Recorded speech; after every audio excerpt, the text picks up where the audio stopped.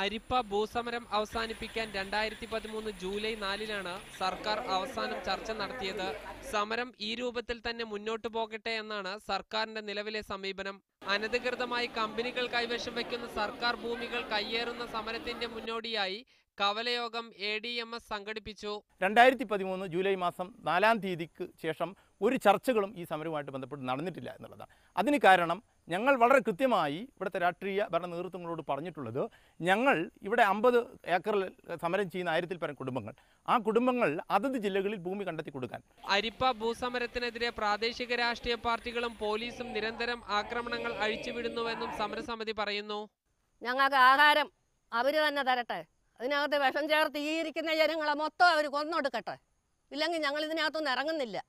കൃഷിഭൂമി അടക്കമുള്ള ആവശ്യങ്ങൾ ഉന്നയിച്ച് സമരസമിതി ഇന്ന് വൈകുന്നേരം 1000 പേർ രക്തം കൊണ്ട് ഒപ്പിട്ട നിവേദനം സർക്കാരിന് കൈമാറും.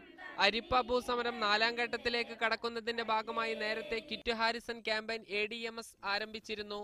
മീഡിയ 1 കൊല്ലം.